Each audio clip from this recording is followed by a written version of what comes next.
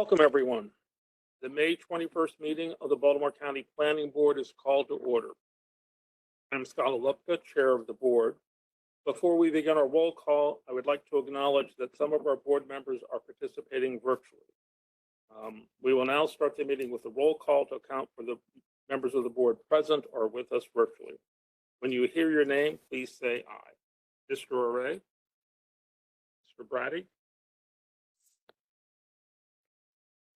Ms. Brophy? Aye. Mr. Duval? Aye. Ms. German? Mr. Heckman? Mr. Heinel? Aye. Mr. Hinton? Mr. Johnson? Ms. Lilly? Aye. Ms. Munezes? Aye. Ms. Pinero? See your name. Ms. Pinero? No, I see her there. Mr. Schulman? Aye. Mr. Tennant? Thank you. Will you now all please join me in reciting the Pledge of Allegiance?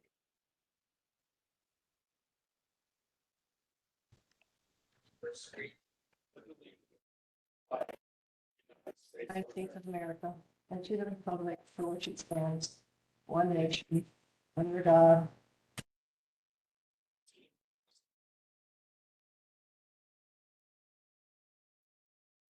Just a reminder to the board members here and those online, please mute yourself unless you are planning to speak. Are there any changes to the tentative agenda as published? There are no changes, Mr. Chairman. In the May 14th email, you received draft minutes from the May 7th meeting. Hopefully everyone has had an opportunity to review the draft minutes. Are there any corrections or additions to the May 7th, 2026 meeting minutes? Not hearing any, I will entertain a motion to accept the minutes as circulated. Motion. Second? Second. All those in favor, please say aye. Aye. Opposed? Motion carried. Mr. Lafferty will now fill us in on the major actions of the May 14th Landmarks Preservation Commission meeting. Thank you, Mr. Chairman. At their May 14, 2026 meeting, the Landmarks Preservation Commission voted to issue one certificate of appropriateness to the property, the Zurhausen property located at 309 Morris Avenue in Lutherville. That concludes the report. Thank you. We will now hear about legislation recently passed by the County Council following our last meeting. Mr. Lafferty? Thank you, Mr. Chairman. Recent County Council legislation that may be of interest to the board includes Bill 36-26, which is zoning regulations affecting signs in the Essex area. It amends the definition of area within the zoning regulations pertaining to signs and generally then the legislation pertains to signs in general. Second bill is Bill 37-26, the 2026 Basic Services Maps.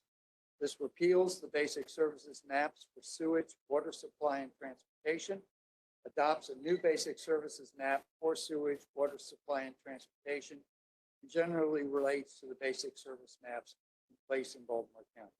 That concludes the items from the County Council. Thank you, Mr. Lafferty. This is the conclusion of our agenda for the regular meeting. We will reconvene in approximately 10 minutes for the public input meeting at 5 p.m. Do I have a motion to adjourn the board meeting? Motion. Second? Second. All those in favor? Aye. Thank you very much. I will see you or hear everyone in a couple of minutes. Thank you.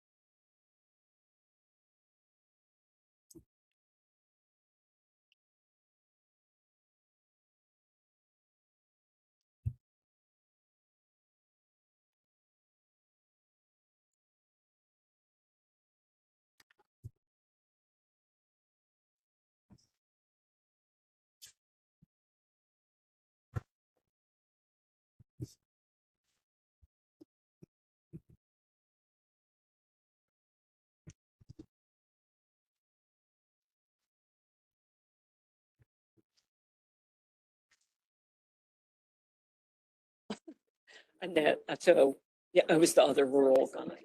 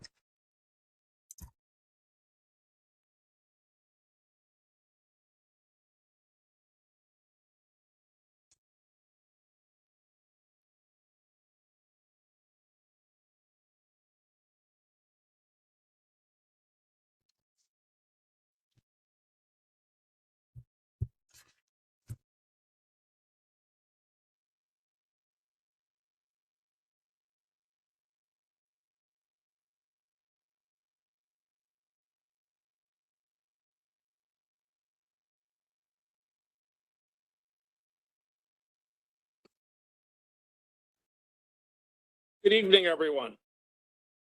Welcome to the Baltimore County Planning Board public hearing. Sorry, I will try and speak louder. Welcome to the public hearing on the basic services map. I'm Scott Houghton. I think that's a typo.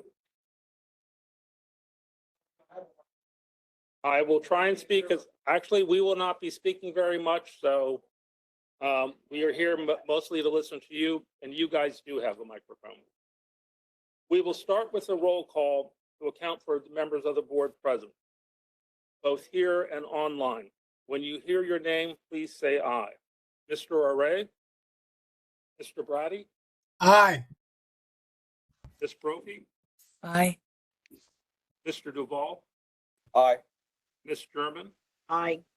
Mr. Heckman? Mr. Heinel? Aye. Mr. Hinton? Aye. Mr. Johnson? Aye. Ms. Lilly? Aye. Ms. Munezes? Aye. Ms. Pinero? Aye. Mr. Schulman? Aye. And Mr. Tennant. Aye. In February 2026, the Baltimore County Council passed Bill 326, which requires the planning board to submit a report on data centers to the county council no later than October 1st, 2026. The report is to include a number of items, including a description of the nature of data centers, a general assessment of average electricity and public water usage, a comparison of electricity and water usage versus other uses, and a comparison of relative economic benefits versus other uses.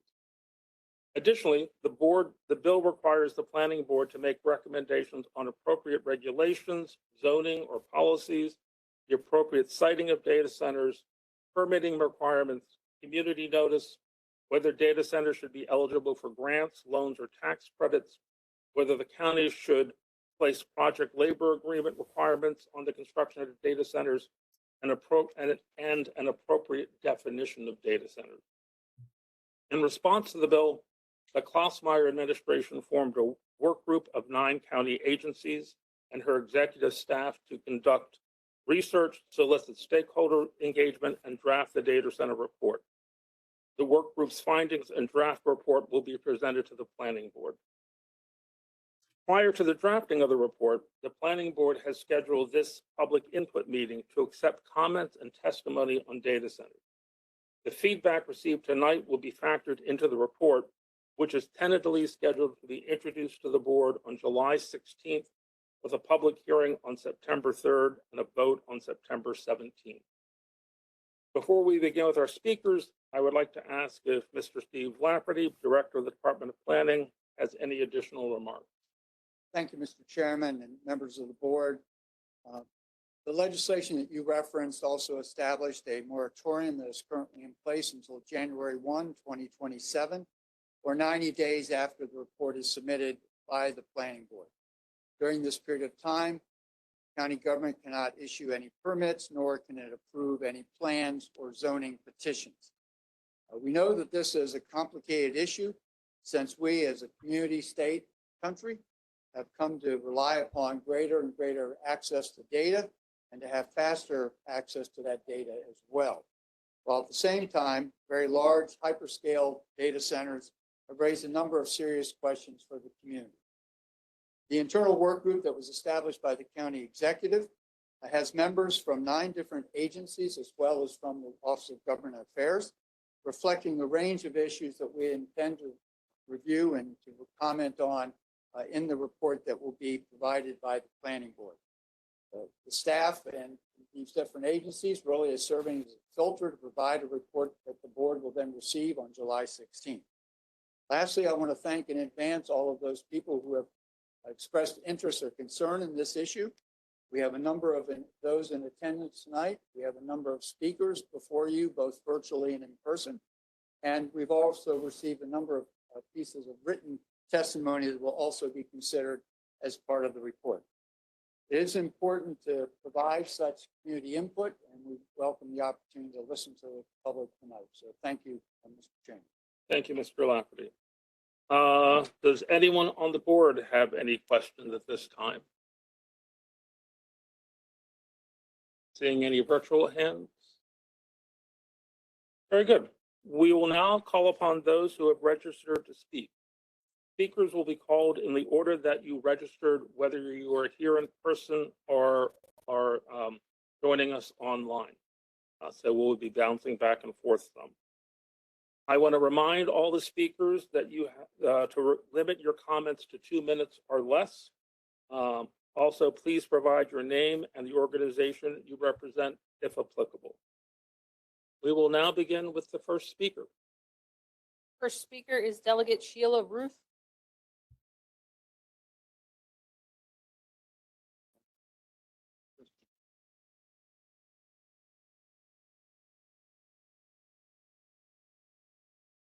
Thank you. Chairman, can you hear me?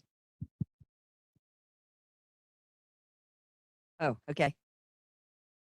I might have. Anyway, sorry about that. Chairman Halupka, and it's a pleasure to call you that, and nice to see you. It's been a while. Members of the planning board. For the record, my name is Sheila Ruth, and I'm a delegate representing District 44B in Western Baltimore County, which includes Woodlawn. I want to thank you for the opportunity to speak to you today. I'm also grateful to the County Council and the lead sponsor, Councilman Pat Young, for this pause to proactively plan for whether, where, and how data centers should be built in Baltimore County. Data centers are not new. I worked in a building with a data center in the mid-1980s, but what has changed is the scale, resource demand, and impact on communities. So when I talk about data centers, I'm talking about the newer hyperscale ones, which the state has defined in legislation as 25 megawatts or above. Baltimore County must develop common sense guardrails to guide development. We cannot allow unrestrained development of the size and scope of these centers. You must consider the impact on the environment, resources, and surrounding communities. If Baltimore County is going to allow data centers, then siting is the first thing you need to consider. Baltimore County must repeal the requirement that data centers may only be placed south of Liberty Road or east of Pulaski Highway. It's simply unfair to the communities in the Southwest and Southeast, many of which are predominantly working class or communities of color, to bear the full brunt of impact. Data centers should not be placed in overburdened or underserved communities, but neither should they claim agricultural or forested land. They should not be allowed in Chesapeake Bay critical areas, which I think was actually in a bill that was passed by the County Council. Hyperscale data centers should not be allowed by right anywhere in the county. It may have sounded good to say they could be by right in manufacturing zones, but the place in Woodlawn where the developer wants to build a data center is zoned MLIM. However, it's right next to one of the biggest churches in the county, and it's also next to a community and Security Square Mall and Social Security. And so see, my time is up, and I want to thank you.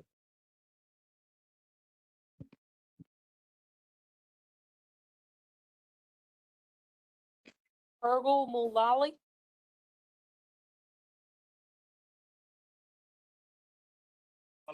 Slightly over. I don't know, I had 3 minutes, and I've been editing for them. Good evening. My name is Fergal Mulally. I'm a resident of Council District 6, living in Towson. Data centers are going to have significant benefits and costs. Unusually, because of how the electricity markets are structured, some of the financial costs will be borne by Baltimore County ratepayers, whether the data centers are built here or somewhere else. I believe it is better that the county enjoy the financial benefits if we're going to be destined to suffer the costs. I wish to offer some recommendations that I believe will help balance the help and the hurt. And for further details, I have also submitted this written testimony, which has notes and citations and all the rest. Despite what you've heard, data centers are actually a surprisingly low impact neighbor. In normal operations, there's no air pollution, no smog, no discharges to waterways, surprisingly little water usage, and no traffic congestion. They are noisy, but they're less noisy, for example, than a typical freeway. Most of the complaints you hear about data centers that you hear in the media are for those that come with their own on-site gas-fired power plants. These are extremely loud, they are extremely polluting, they are bad for the air, and they should not be allowed in our zoning code. The state of Maryland incentivized data centers that commit to using the grid for power and using clean, quiet batteries for backup. Baltimore County should make that a requirement. On the other hand, data centers don't contribute much vitality to the neighborhood. There's not a community center or shopping mall. The benefit is the tax revenue they provide. And to make sure we extract the most of that possible, we should commit to not offering any construction tax breaks to incentivize data center build or any discounts on property tax once they're there. Let the industry pay its fair share. The costs of data centers, such as they are, they're going to accrue to the jurisdiction in which they are built. The benefits of data centers accrue to the jurisdiction in which they are built. The costs, which are substantial, are going to be borne by a much wider group. We can, as a county, stick our heads in the sand, but we're still going to pay those costs because those data centers are going to get built. Alternatively, we can craft sensible, taxpayer-focused rules that allow us to enjoy the benefits, minimize the impacts, and keep the costs with the industry where they belong. Thank you. Next, we have John Todd. Hello, committee members. My name's John Todd. I'm a resident of Kingsville and a technology executive with over 15 years of experience. I'm also currently heading up AI governance for a large financial institution. As a result, I believe I have a uniquely and highly qualified perspective on the issue of data centers in Baltimore County. The decisions that will be made by this committee and ultimately the legislature of our county should not be taken lightly. I believe what you recommend and what is ultimately codified will determine what kind of future our children and grandchildren will have. Never in our lifetime have we been faced with such a clear choice between corporate interests and the interests of the public which you serve. Data centers are necessary to power artificial intelligence, which corporations seek to use to drive increased productivity and efficiency in their never-ending pursuit for profit. We have a moral and human obligation to regulate its use to protect public interests wherever possible. That quest begins with the foundational component, data centers. In addition to the very real negative human impact unchecked AI expansion can cause, data centers also create an immediate and harrowing impact on our environment and the natural resources we need to survive and thrive. Widely accepted estimates state that large data centers can consume up to 5 million gallons of water a day for cooling purposes. That is as much water as over 25,000 households. This is unfathomable when our current local water supply is so strained that residents are being asked to conserve water. In addition, Maryland is the least affordable state in the entire country when it comes to utility costs, and this will only worsen if we allow data centers in our county, as a single data center can require up to 100 megawatts of power per day, enough power to power up to 100,000 homes. I am a technologist. I believe technology is important to our society and progress as a human race, but technology is meant to enrich people's lives, not harm us.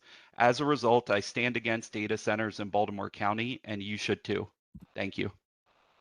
Thank you very much. Next, we have Nicole Judd.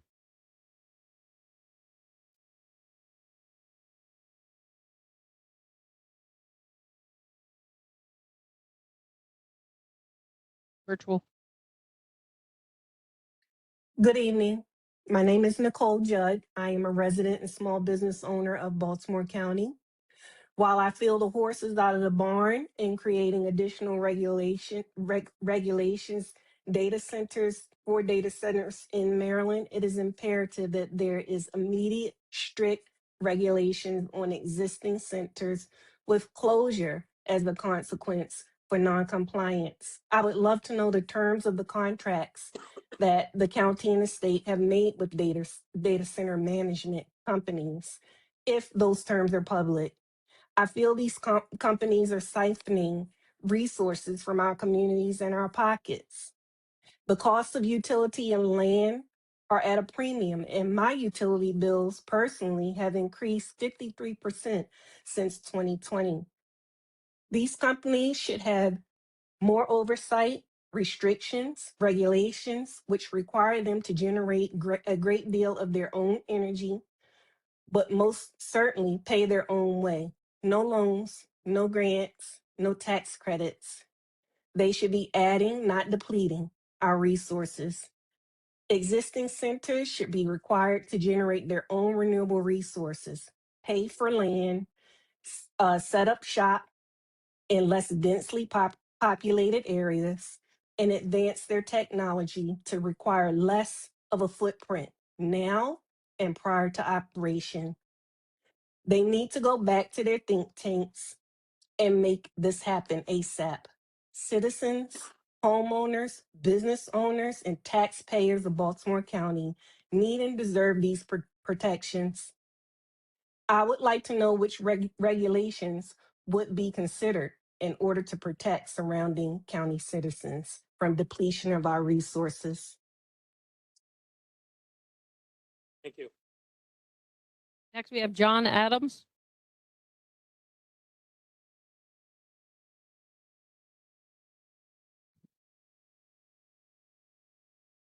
Good evening.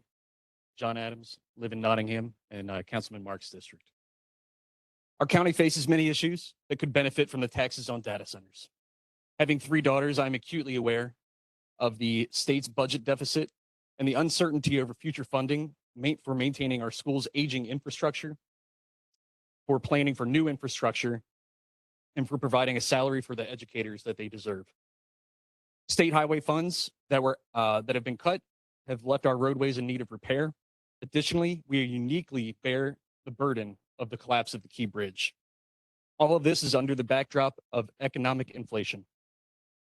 Data centers would provide relief in the form of taxes to bridge the deficiencies that we face. But at what cost? Will our existing energy deficiencies cause brownouts or rolling blackouts and become common in the heat of summer or dead of winter? Will our vulnerable neighbors with medical conditions suffer or die because they cannot heat or cool their homes during these times? What about the water consumption needed for data centers? Will Weber's Farm be able to host their annual strawberry, peach, and apple festivals and have the water to grow the crops for them? What about Albright Farm or Richardson's Farm? Will Rosetta Farms have enough water for their cattle to sustain the cattle and to provide the crops and for the sustenance that we need to live? Will our daughters and sons be able to get away from screen time and hike along the Gunpowder River and up and down the hills? Data centers would absolutely help our local economy, but at what cost? Are the problems we face today worth trading for the problems we would face tomorrow with data centers? An American writer, Elton Trueblood, wrote a passage in his book, The Life We Praise, that has been slightly altered for a broader context, and I hold it dearly in my heart. A society grows great when old men plant trees for whose shade they know they will never sit. Time. We have an opportunity to plant trees in Baltimore County that our children can inherit so that our children do not have to inherit the irreversible damage that data centers would bring. Next up is Joshua Long.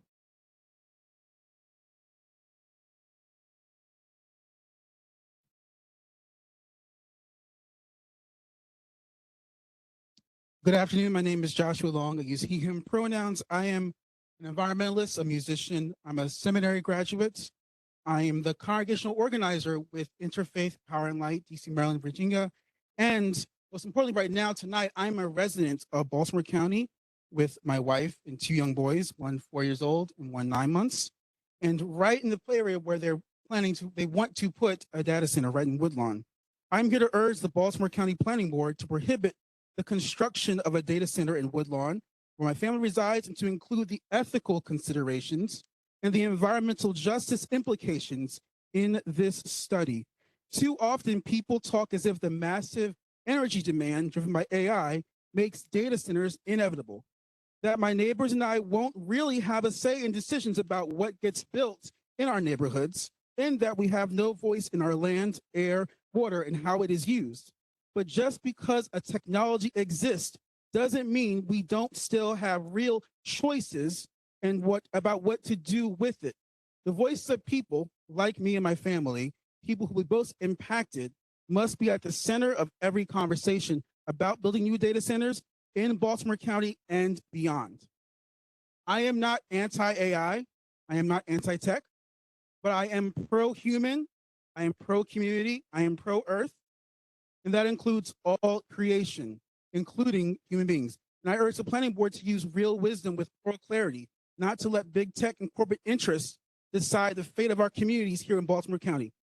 When I think about what I want to say about a proposed data center in Woodlawn, I'm not attending to the interests of billionaires at tech corporations who don't think twice about creating a sacrifice zone to increase their bottom lines.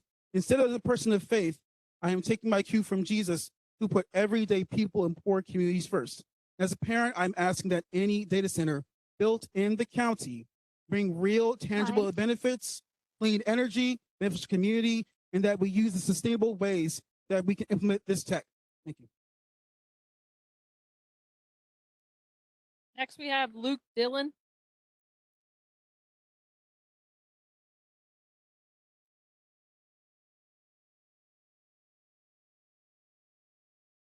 Okay, we don't see him online. Luke Dillon. Next, Mary Taylor.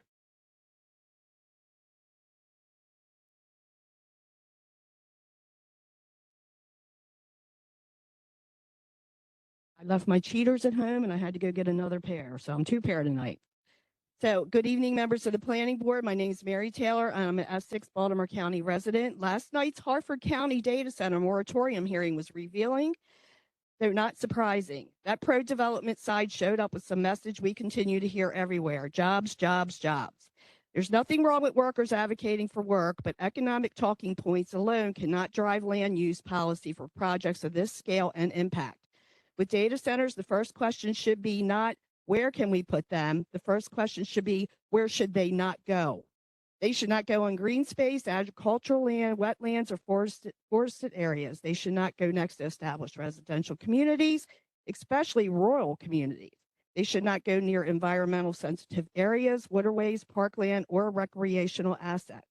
And they absolutely should not continue to be pushed towards already overburdened industrial communities on the east side of Baltimore County that are already dealing with environmental pressures, aging infrastructure, wastewater concerns, midge infestations, truck traffic, and growing concerns surrounding water usage, power demand, battery storage, and PFAS related to impacts tied to these facilities. At a minimum, any future regulations should require data centers to be limited to specifically designated overlay districts approved through public legislative process. There should be strict setbacks for residential communities and environmental sensitive areas, including the critical Bay Area. That facilities should fully disclose infrastructure, water, power, and environmental impacts before approval, and strict noise, lighting, buffering, and safety standards must be mandatory. Existing residents should not bear the burden of infrastructure upgrade or utility impacts created by these facilities. Thank you for your time. Next up is Reverend Dylan Hinton.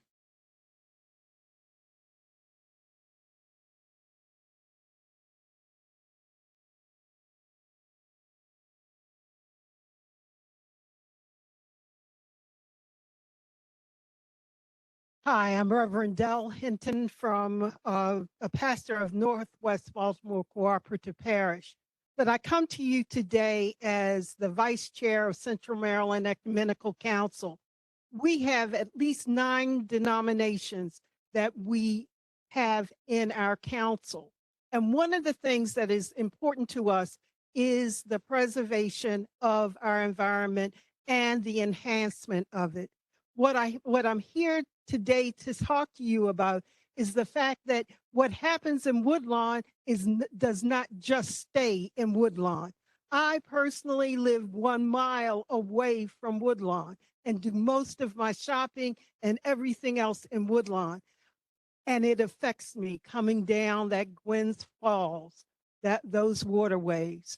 When we start looking at what it is that religious groups are looking at, is the preservation of our environment and the enhancement of it, knowing that if we don't have a good environment, we do not have a good population. The last question I have for you is, why do the residents have to determine what is good when actually the onus needs to be put back on the data centers to figure out how they will not negatively impact the environment, the community, and the economics? Those are the things that we should be asking of any organization that comes into our community, how they will uplift, not deter. So, being a resident of Howard Park, but most of my congregants are in Baltimore County, and all of those that I represent across all of Central Maryland, we encourage Baltimore County to be one of those who curtails the establishment of data centers that do not have appropriate environmental justice. Next is Neva Andorsky. That person is not on. Next is Max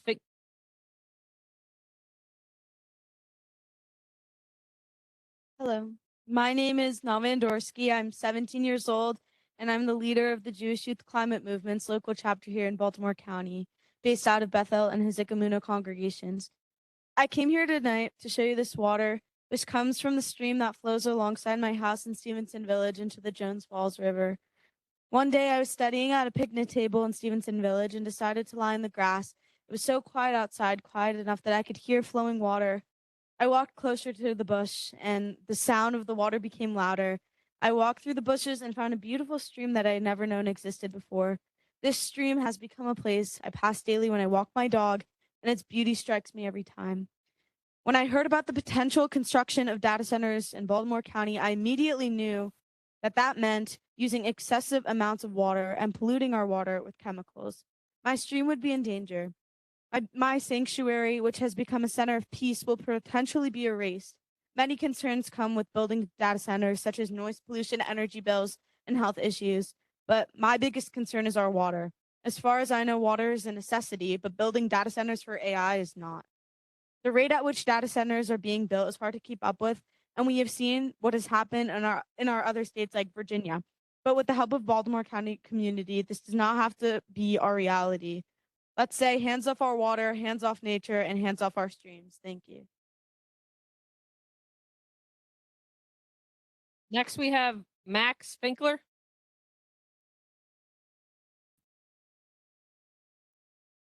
Hello, my name is Max Sinclair. I'm a seventh grader at KSDS in Pikesville, and I deeply care about Baltimore County, its communities, and protecting nature in the area. It is clear that we are in an affordability crisis right now, and a data center in Baltimore County would only make this worse. The extreme spike in electricity and water demand caused by the data center would raise prices on everyone, including already struggling households in Baltimore County and the greater region. This also isn't theoretical. The EESI reports that energy bills have increased over 267% in Northern Virginia, an area where in the past few years there's been a huge influx in data centers. In science class, we have learned about pollution and climate change over the past couple months, which has led me to understand the environmental destruction this data center would cause. Developing it would cause tons of noise and air pollution, which has detrimental health risks. I want to be able to swim in the Patapsco River and small creeks. I want to be able to enjoy hikes in Leaking Park, which is extremely close to 500 Woodlawn Drive and would definitely suffer. I want to restore and protect the Chesapeake Bay and its watershed, and I want to enjoy and preserve the forest, wildlife, the water, and air in this area. But the data center would put all of these things at risk. In conclusion, I urge you to consider the lasting burden of heightened water and power prices, health issues, and environmental poisoning over small economic growth and pleasing corporate lobbyists. Thank you. Reverend Michelle Ward.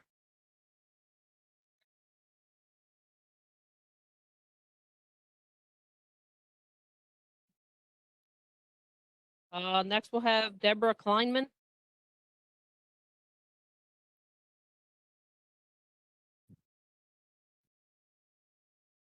Hello there. Thank you for letting me speak. Virginia has the most data centers in the whole entire world, and people are fighting them today. Does Maryland want to be the next Virginia? I believe the answer is no. My name is Deborah Kleinman, and I am the chair of the Greater Baltimore Group of the Sierra Club and also a resident of Baltimore County. I am speaking in favor of a moratorium on data centers in Baltimore County. And I'm going to sing a song now from a First Nation perspective. The earth, the air, the fire, the water, return, return, return. The earth, the air, the fire, the water, return, return, return. Aye, aye, aye, aye, aye, aye, oh, aye, oh, aye, oh. The earth, the air, the fire, the water, return, return, return. I've been singing this song with 4-year-olds that I teach in Baltimore City and Baltimore County, and they understand what happens when these elements are out of balance. Flooding, droughts. We are on a voluntary restriction as we speak in the spring, which is supposed to be the time when we have the most water in our aquifers in Baltimore County and other places. Our aquifers are declining 1 to 4 feet a year, which imperils wells and the water supply in Baltimore County. There are heat waves, cold snaps, toxic air, erosion, earthquakes, tornadoes, and even one of my students said tsunamis when these things are out of balance. You have heard from other people about water, noise, air pollution, electricity bills going up. This is not a joke. Our planet is in peril and data centers are making it worse. We know that people get more anxiety around data centers. Thank you.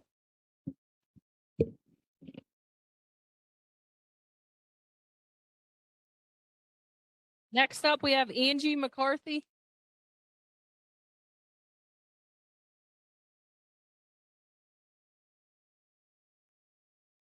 Good evening to the Planning Board. I'm Angie McCarthy, and I'm the co-chair of Marylanders for Data Center Reform, the first statewide coalition focused on responsible and transparent data center policy. I'll be brief in my comments. In order to make the zoning recommendations provided to Council as rigorous as possible, we recommend the following. Define hyperscale data centers at 20 megawatts and above. At the current definition, you risk regulating enterprise data centers that have been part of our digital infrastructure since the dawn of the internet. Number 2, mandate that developers utilize locally owned contractors and unions for the construction of these data centers to better support Baltimore County's middle-class economy.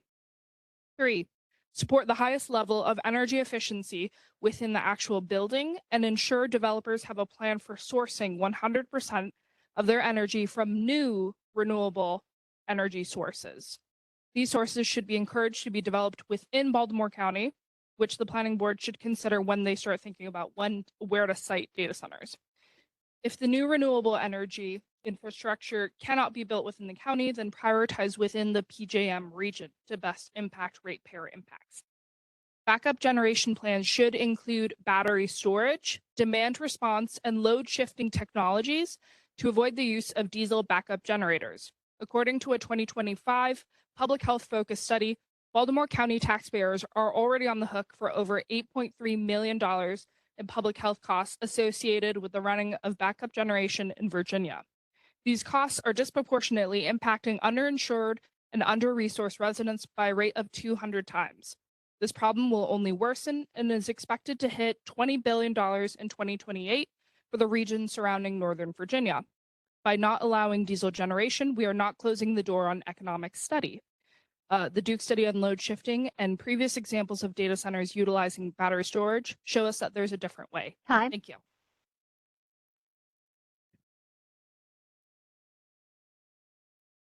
Ayana Miranda.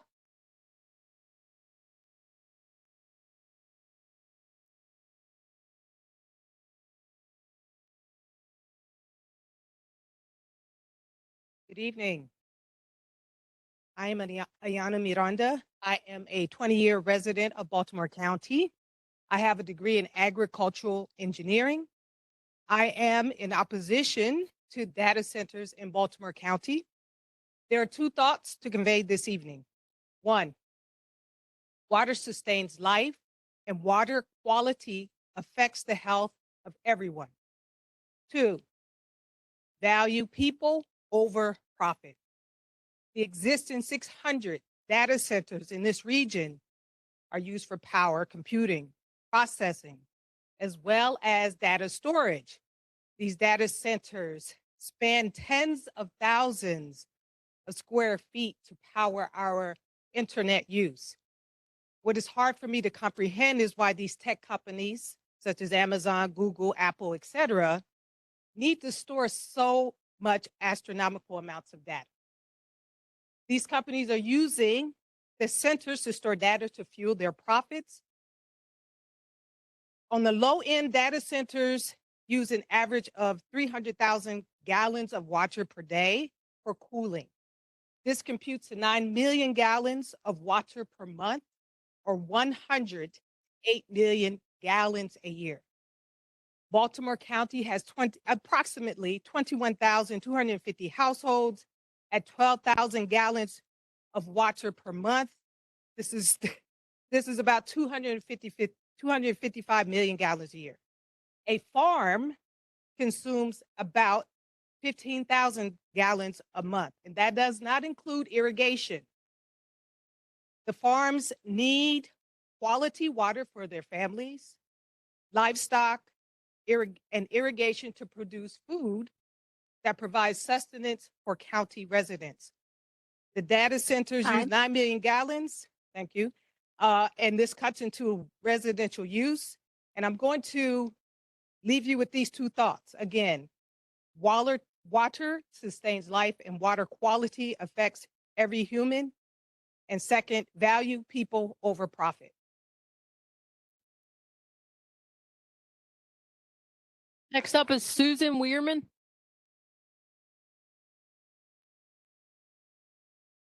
Hello, my name is Susan Weirman. I'm speaking for myself. I have lived in Baltimore County for over 45 years. I'm here to ask you to strengthen Baltimore County noise requirements to reduce both low and high frequency noise from data centers. I am an environmental planner and manager with a master's in urban planning. My career has included 8 years as deputy director of the Air Quality Administration at MDE back in the 80s, and 21 years as executive director of the Mid-Atlantic Regional Air Management Association until I retired several years ago. I helped organize a March 24 to 26 technical conference on the environmental impacts of data centers. It was sponsored by the International Air and Waste Management Association and included US and Canadian experts and large data center tour. People living near large data centers often complain about noise and smoke. MDE is responsible for air pollution control, and our region's air quality issues may mean that the very largest data centers avoid sites in Baltimore County. But MDE and all of us depend on you, on the county, to prevent noise pollution, and you can do it. It's not just diesel generators that cause noise complaints. Air cooling equipment and fans generate constant low frequency noise able to penetrate into surrounding homes. The county must limit total amount of noise that comes from data centers. Not only the high frequency noise measured as dBA, but also the dBc low frequency noise that is more uniformly present and capable of penetrating penetrating private spaces. Please consider the environmental noise guidelines used by the provinces of Alberta and British Columbia. I referenced that in my written testimony already submitted. Mandate that qualified acoustic engineers conduct background noise surveys before and after construction. Thank you. Next is Catherine Jean Reiner Martin. For the record, I'm Catherine Jean Reiner Martin, and as a lifelong United Methodist and Global Ministries Earthkeeper, I speak on behalf of the Creation Care team of Baltimore, Washington Conference, who believe big energy users should lead towards 100% clean energy future and be accountable for their actions, who expect those we elect and who are appointed to lead and be accountable, who call on you in your appointed positions to require that all data centers must be powered only by renewable energy from solar, wind, or geothermal, because United Methodists know that renewable energy sources are cheaper than fossil fuels and can be brought online much faster. Data centers must be mandated with well-managed, closed-loop, recycled water usage, especially in our current region-wide drought conditions, located at least 1 mile from any school, daycare facilities, hospitals, or residential areas. Who advise for all negotiations, technology companies must meet climate pledges to use local clean energy around the clock. not receive corporate welfare in the form of tax incentives. We are United Methodists who know that data centers are not engaging places, but change the character of the communities in which they are located. To inject a personal note, my family owns land on the Gunpowder River that's plagued with 3 landfills a short distance upstream that have altered the state and beauty of our land as well as polluting our waterways. Each overburdened community is repeatedly asked to bear more waste, more power lines, and other scars of development that prioritizes corporate welfare over communities. You hold the key to hold big tech and utilities accountable on proposed data centers. The potential for harm to our electric grid, our water resources, and health of our citizens is at risk. In closing, as United Methodists, we urge your work in crafting public policy that encompass care for the whole community of creation. Thank you.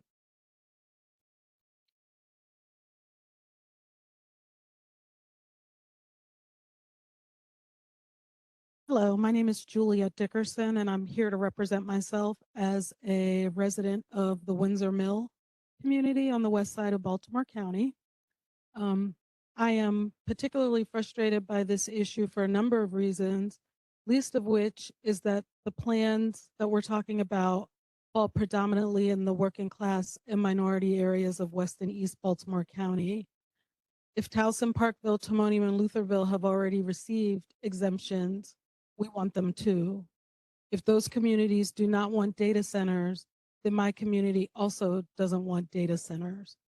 Maryland homeowners are expected to be charged $1.6 billion in electric bills over the next decade for grid upgrades linked to rapidly growing data center demand. According to the state's Office of People's Counsel, the current cost structure used by PJM Interconnection, the largest grid operator in the US, is leaving everyday customers to subsidize transmission projects that largely drive massive power needs outside of the state. This is massively unfair. According to the complaint, Maryland residents are being charged for these projects, even though the main driver is for these data center growth beyond the state's borders, which again is an unfair burden to Maryland taxpayers. Lastly, from a health perspective, one just needs to look at Memphis. Thanks to Elon Musk's data centers, local residents are experiencing significant increase in asthma and cancer and related conditions. There's no thought given, no care given to the human cost of what these data centers do. They destroy communities, they destroy resources, and so far they extract far more than they actually provide for local communities. I don't want any data centers in Baltimore County. Thank you very much. Next is Reverend Claire Petersberger.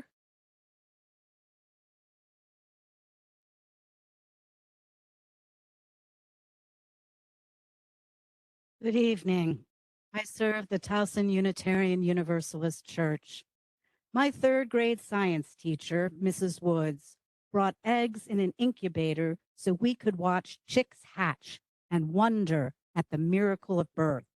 She had a skeleton in the back of her classroom, reminding us of the mystery of death. She taught us that it is good that the human body feels pain, like when our hands touch a hot stove, because it warns us of danger and keeps us safe. Mrs. Woods imparted wisdom, not just facts and information. And I'm thinking of her especially tonight because at the end of the school year, Mrs. Woods gifted each of her students with a coleus clipping. And my mother rooted and planted that coleus, and for over 50 years took clippings for it to winter over. I am now the keeper of Mrs. Woods' coleus, which needs water to survive. Last week, I filled a watering can for the coleus because Baltimore County is experiencing a severe, compounding, multi-year drought. Nearly 75% of our county is classified in severe drought. Local reservoirs are at their lowest levels in 2 decades. I speak in opposition to Baltimore County building a data center. Some of these require up to 5 million gallons of water a day, which is the same amount, according to AI, as 50,000 residents require. Such extraction of natural resources is dangerous to our water supply, to our bodies, and to our well-being of our communities. And for all we know, with technological innovation, we may not need data centers in 2 decades, but what will not be antiquated, as Mrs. Woods taught, is the human need for wonder, for worthiness, for water. Please be wise. Next is Trishawn Sutton.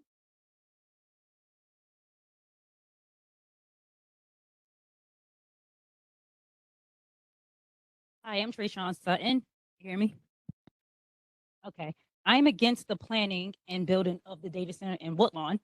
What I have learned from the data centers being implemented across the state and across the country is that it provides little to no benefit to the community surrounding the data center. These data centers use a ton of fresh water and energy and has been shown to increase the temperature of the surrounding area by up to 16 degrees. We know this push for these data centers is coming from the government and corporations connected through the military industrial complex, who is invested in AI, which is used as a tool to decrease the workforce and used for surveillance. And while these companies get these subsidies from the county and the state, what does the people surrounding the community get? Little permanent jobs, indirect tax revenue, high electricity bills, fresh water being ran out in less than a decade. I am sick of local governments thinking short term and supporting these centers because of jobs while ignoring the long term harms. It is unacceptable to expect us to accept the building of this center while we receive little to no benefit, all the negative impacts, and no pathway to recourse if we are wronged. If this plan goes through, you are telling the residents of Woodlawn that their property, resources, and livelihoods are disposable. If you and this planning committee must pass this deal, what plans do you have in place to impose regulations on these centers so that we are not only protected against the negative effects of these data centers, but offer recourse for those who hold these centers accountable for the inevitable damage that they'll cause? Next is William Morrison.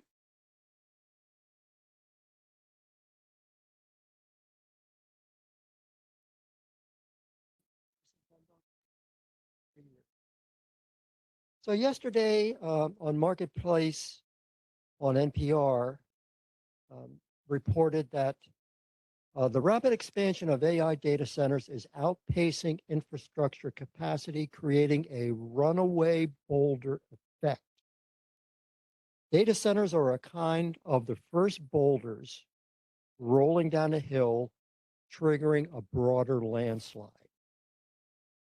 Kai Risdall also reported that satellite data centers are on their way. So us being here today is pointless because in the future, data centers are going to be revolving around the planet Earth, and there's not going to be any land-based data centers. I can also say to you that Dutch Rupersberger got his comeuppance when he pursued eminent domain. So pursuing that is not a good idea. And I think that's about all I had to say. Everybody else got my points covered. So, well, one last thing I can say is about petabyte data centers. Okay, both private citizens in their homes and businesses have got to start conserving rather than watching every cartoon on the internet. You know, they've got to conserve what they're doing. And business does too. They've got to conserve and compact their data when they upstream their data and when they download their data. And the public has to do that too. Like everybody's got to be in this to make sure that we're not overusing electricity and creating all these disasters with needed data centers. But the future is coming. And thank you very much. Next is Atia Bailey.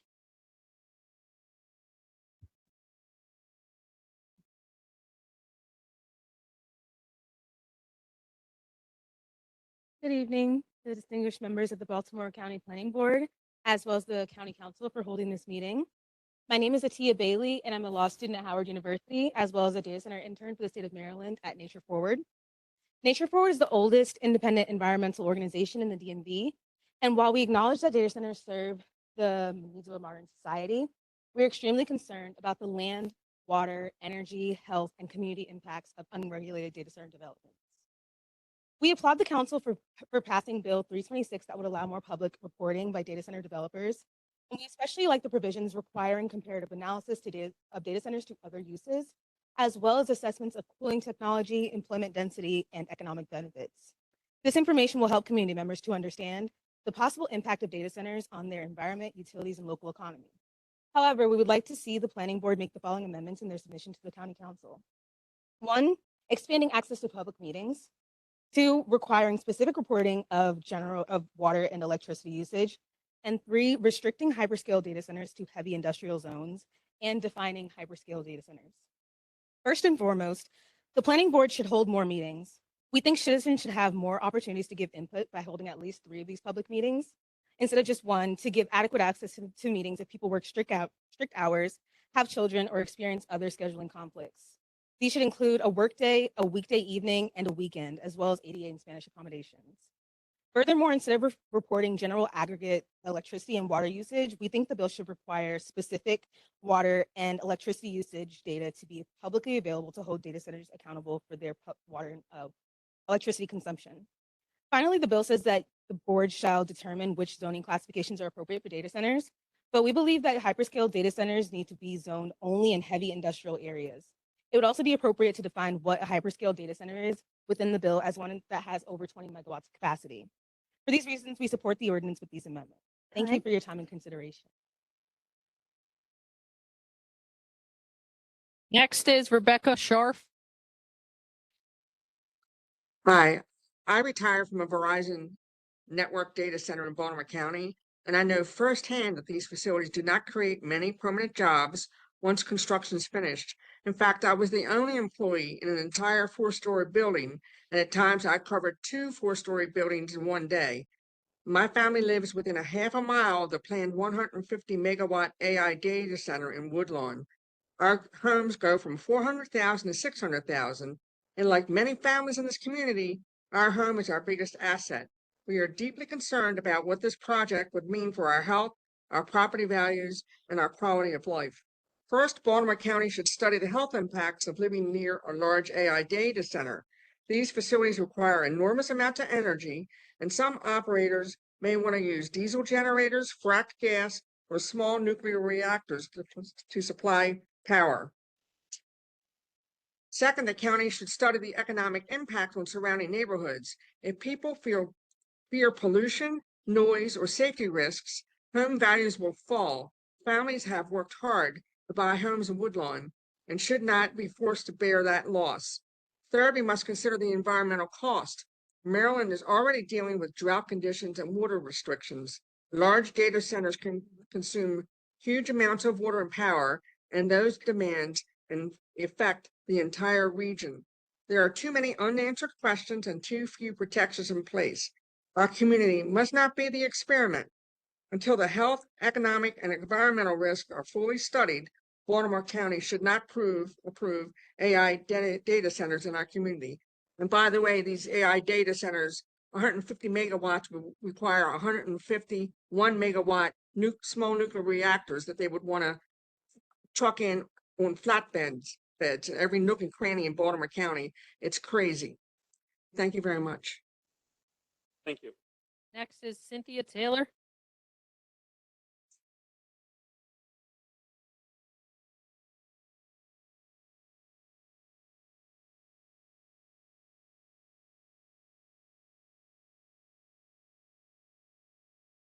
My name is Cynthia Taylor, and I'm a lay leader at Mount Olive United Methodist Church in Randallstown, where we are serving God's community. Our United Methodist social principles state that we affirm that all creation belongs to God and is a manifestation of God's goodness and providential care, rather than treating creation as if it were placed here solely for humanity's use and consumption. We are called to practice responsible stewardship and to live in right relationship with the Creator and with the whole of God's creation. I am a Global Ministries Earthkeeper, and Mount Olive is a partner church of Interfaith Partners for the Chesapeake. Our church is located in the Gwynns Fall watershed, and this spring, a stormwater remediation project will take place at our church.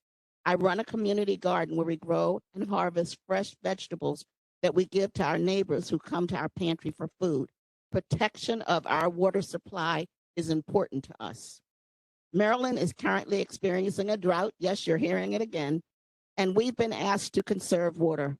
I'm concerned that the data center water consumption will threaten the community's supply of fresh water. Vegetable gardens could become a thing of the past. Our waterways may be in peril. Our social principles also state the burning of fossil fuels is the greatest single contributor to the buildup of greenhouse gases and the consequent warming of the Earth's atmosphere. Data centers require a huge amount of electricity to operate and increase the use of fossil fuels and the carbon emissions, which further contribute to climate change. Data centers will not be worth the damage that will result from their operation. Thank you. Next is Neum McKillen.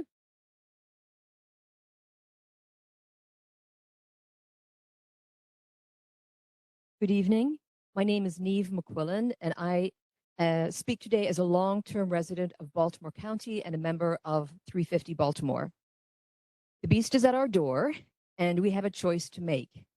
Control the deluge of data centers in our county or wait and allow the data centers to regulate themselves. We already tried a laissez-faire approach with technology in our children. As an educator of 27 years in Baltimore County Public Schools, I saw firsthand the sea change on students when they were allowed unregulated access to cell phones and social media. At this very moment, we see countries around the world scrambling to metaphorically close the barn door after the horse has bolted to safeguard the mental health and learning of our children. We don't need to sit back and wait for the data center version of this tech sequel to come out. We already know the ending. We need to make sure the barn door is firmly and intentionally bolted to ensure the long-term health of our county and its citizens. Data centers are giant warehouses packed with infrastructure that the tech world requires. And with the implosion of AI, the need for ever bigger data centers is exponential. The ripple effect on communities is enormous. Big data centers require 5 million gallons of water each day and cause an average increase of 267% in energy costs to adjacent communities. To address this anticipated demand, utility companies are proposing an historic build-out of new fossil gas power plants at a time when the average temperature in Baltimore County has risen by 2.5 degrees as a result of climate change. It is our responsibility as stewards of our county and future generations to develop outcomes that care for our communities, residents, and environment. Harford County is leading the way in saying no to data centers to protect its citizens. Baltimore County can be a leader too in saying no. Our citizens come first. Next is Melissa Dolby. Doesn't look like she is online. So next we have Kimberly Edwards.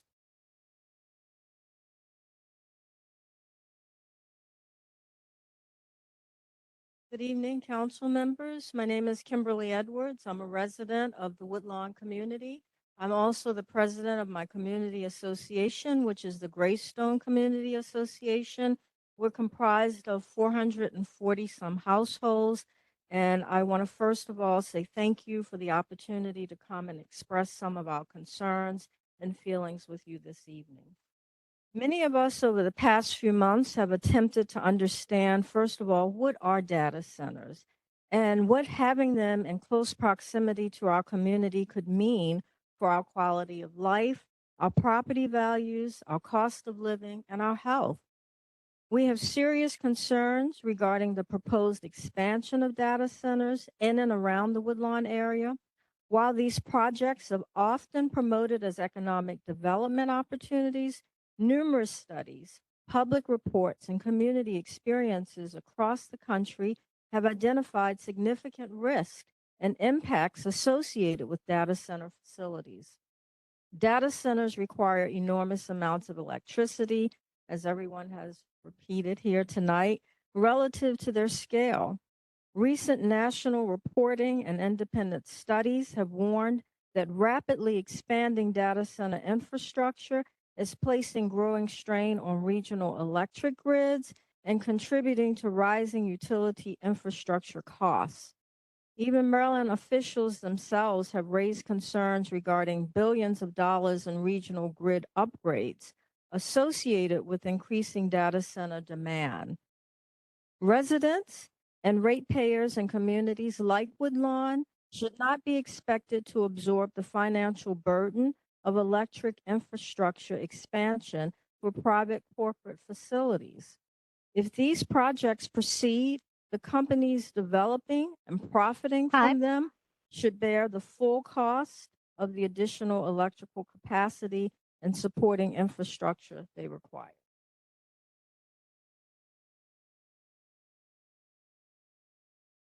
Next, we have Jessica Ferris.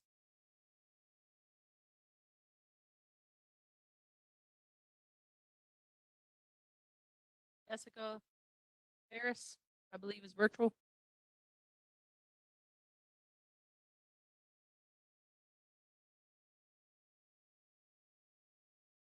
Jessica Ferris. All right, I guess we'll move to the next one. James Amos.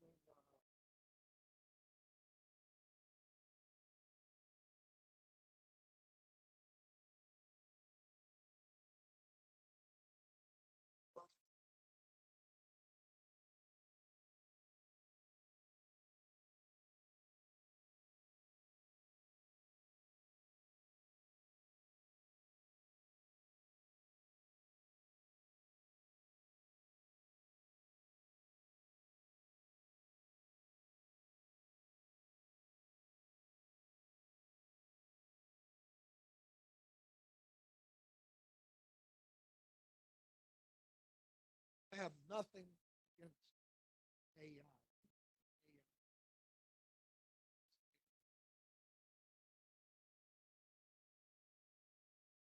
Data center.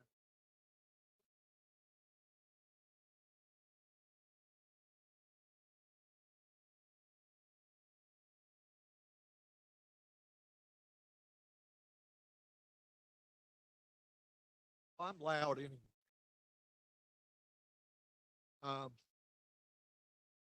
Put a data center central Woodlawn. Absolutely absurd. I can assure you, I will not sit still. They try to put this a mile away from my house, but I have to listen to that 24/7. They're going to siphon off water and electric. We already got high.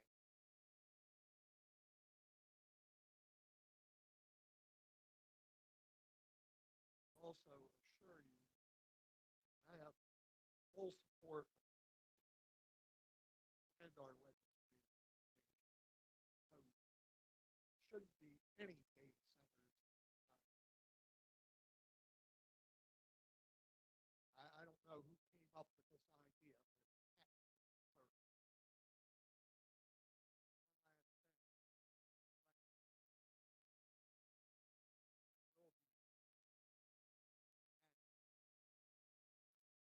Time.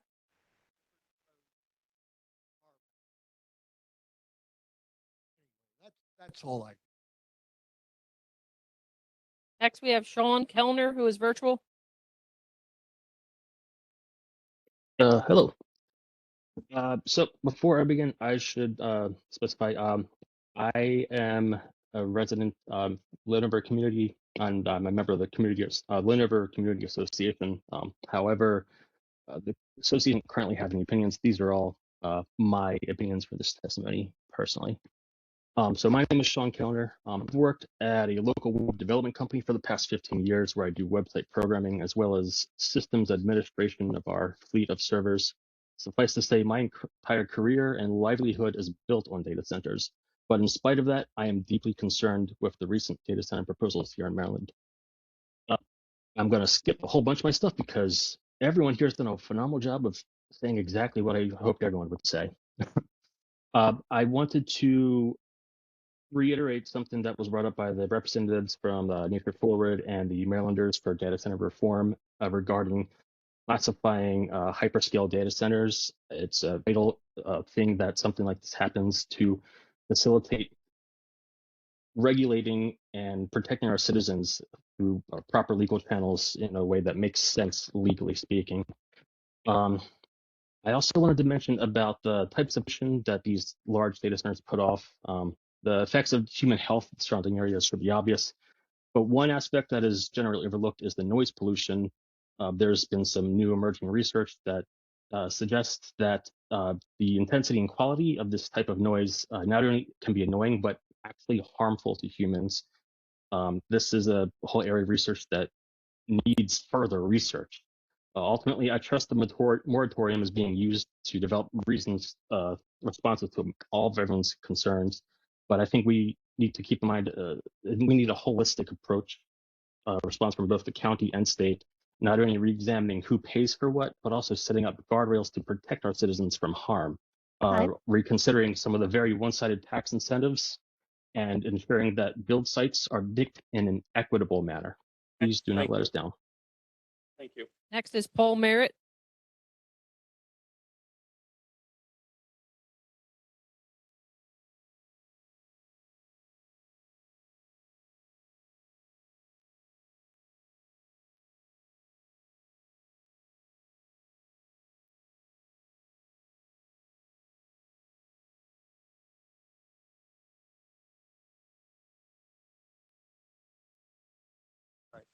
Good evening, planning board members. Thank you for hosting this community input meeting and allowing the public, the most important stakeholders, to have more opportunity to participate in the study. As a representative of my community, my expectation is for democracy to prevail and the will of the people to be enacted. My name is Paul Merritt. I am president of the Hanover Road Association.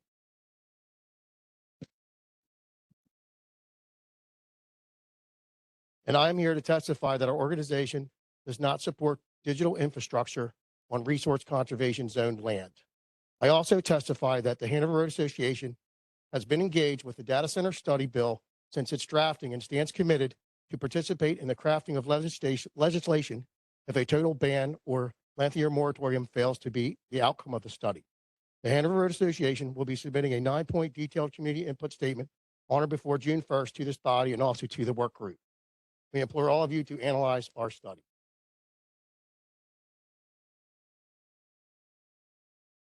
The Hanover Road Association strongly disagrees with the length of the study period. We believe that it is not long enough to analyze the true effects that the data center development would have on Baltimore County and possibly the region.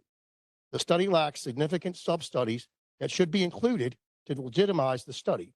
We strongly urge Baltimore County to do a scientific study of the hydrology of Baltimore County. Baltimore County hydrology, along with the ERDL, is a source for the regional water supply, period. We do not want the use of Baltimore County's water supply to be controlled by who has the biggest straw. We also support a study of Baltimore City's water supply and the reservoir system, as this is the regional water supply. Baltimore County needs to be a regional leader in mandating controls on Baltimore City's water supply to prevent the overconsumption of water by data centers in Baltimore City and the surrounding counties, and also prevent Baltimore City from selling us out of water. Additionally, a study of the industrial wastewater generated by data centers is pertinent to environmental protection. The push by our legislators to speed up the study is reckless, careless, putting politics before people. We also have the same concerns for the legislative process and the accountability this study places on the board, where we will take our future. Thank you. Next is Jeffrey Johnson.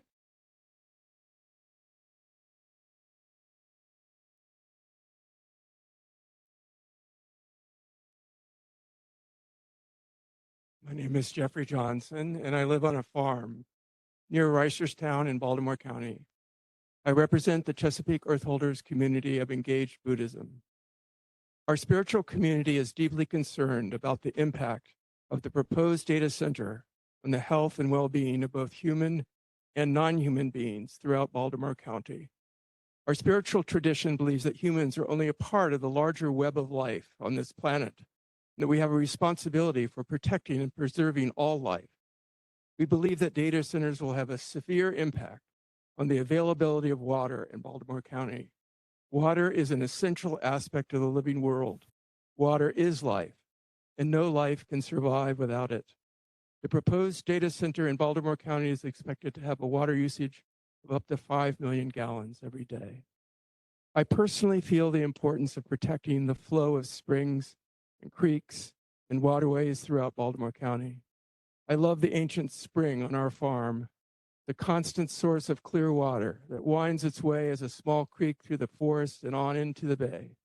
It would break my heart to see this spring run dry. Baltimore County is already in the midst of a drought. The impact of the proposed data center will have severe consequences on the availability of water for drinking, for crops, for livestock, for wild animals, for the life-sustaining trees that form our forest buffers. Most of us in rural Baltimore County depend on wells for our water supply. But now we're concerned that when data centers start tapping into the water table, we will be left with no water to drink. It is time to say no to the continued plundering of our water and other essential natural resources. It's the responsibility of all of us to become loving stewards of the earth.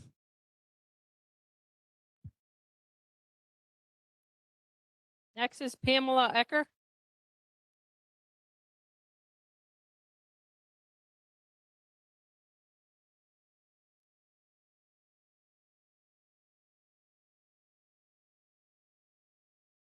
I'm Ecker, and I'm president of the Boring Community Association. We oppose data centers in Baltimore County and align with the Hanover Road Association, which you just heard from, and their submitted studies. Many people speaking tonight will be covering detailed points for the opposition to data centers. Rather than being repetitive, I will speak to a few related concerns.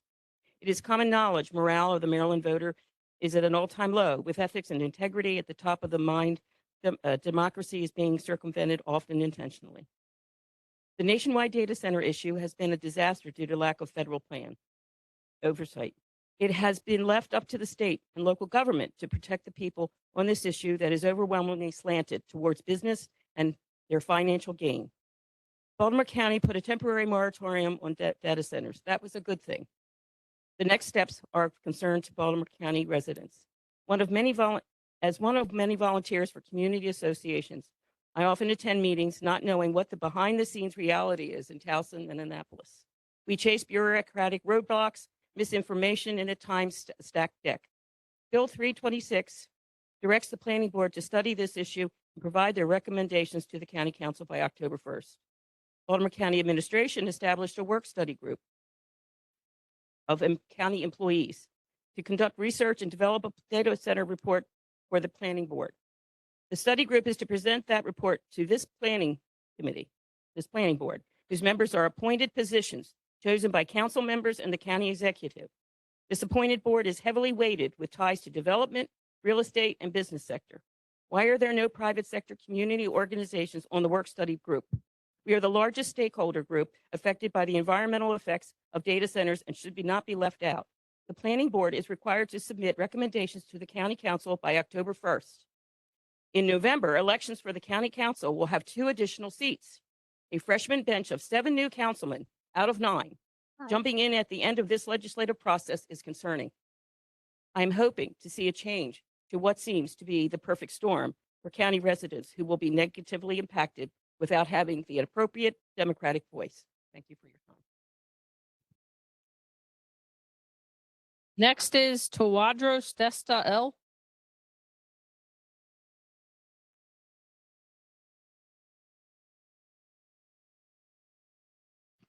In short, they call me L.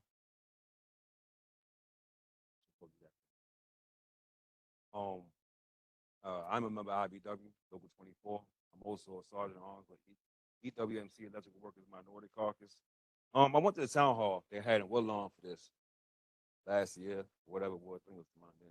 And there was one question that was asked. It was asked, and it was asked in the sense of like, you know, if they got their way. It's gonna happen anyway. Okay.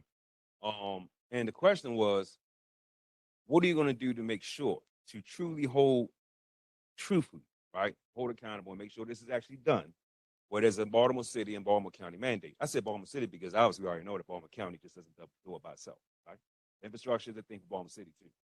So, and the answer was, well, if we just got everybody in that area, what would happen when the job is over?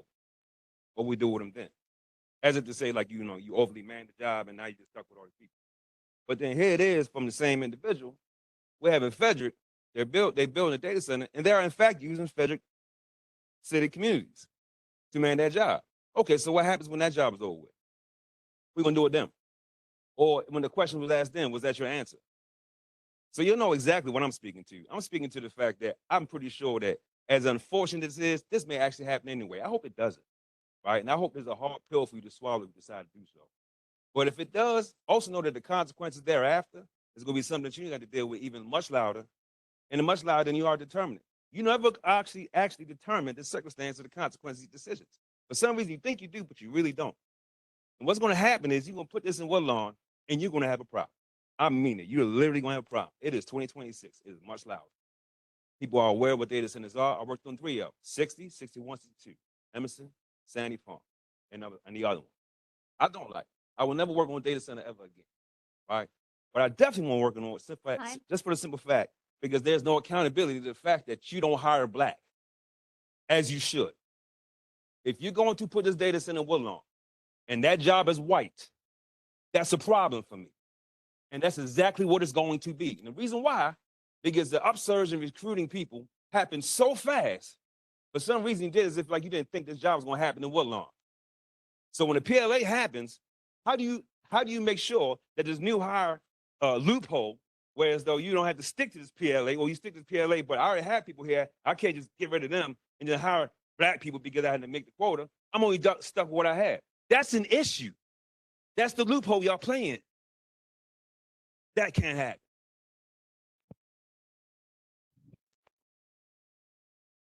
Next is David Noon.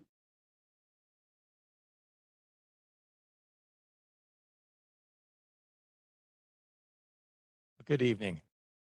And thank you all for giving us this opportunity to speak, to provide our input, and for your service to the county.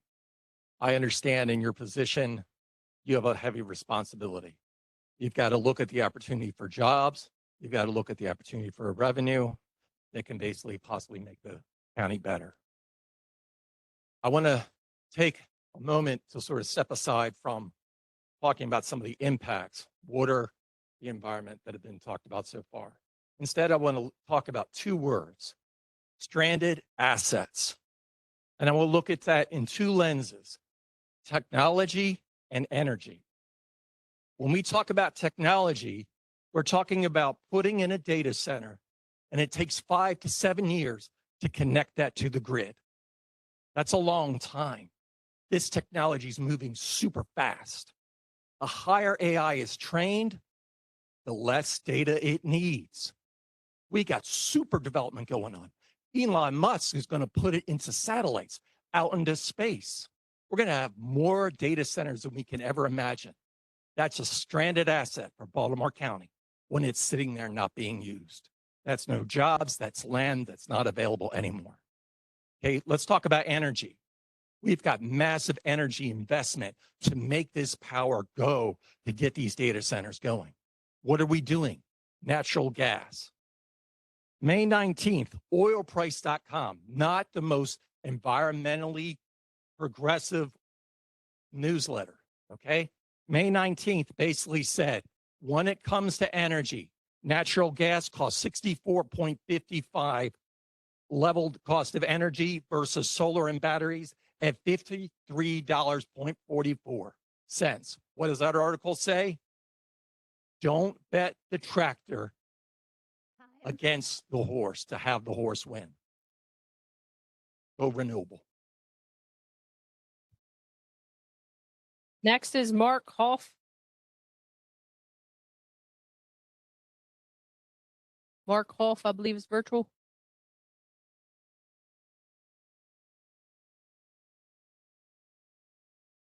Okay, he's a no-show. Next is Corey Schaefer.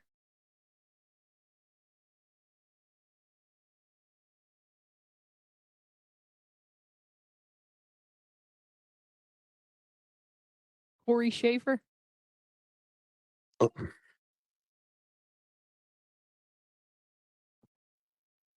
don't know Corey why it's not Schaefer. working. Thank you. We can hear you. Oh, can you hear me? Yes. So my name is Corey Schaefer. I'm running for Baltimore County Council in District 5.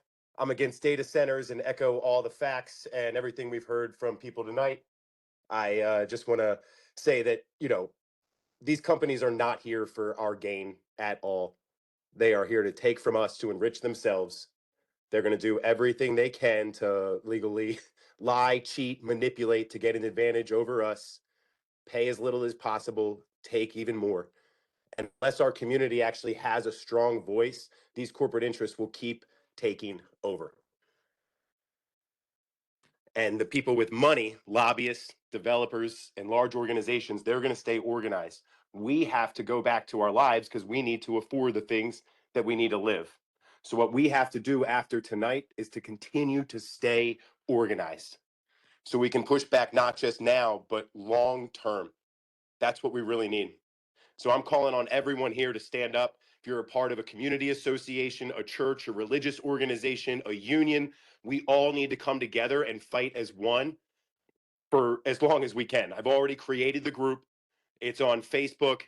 It is Stop Data Centers in Baltimore County, because it's only when our community is active and engaged that we have a voice and these corporations don't take over. So we have to stand up together because it comes down to this. One voice gets ignored. If tonight is the only time we speak out, we're going to lose. But 10,000 voices speaking out persistently together, that's how we actually make this work for our community instead of corporations always taking over. Appreciate everybody's time tonight. Thank you very much. Next is Grace Kelly Anoma.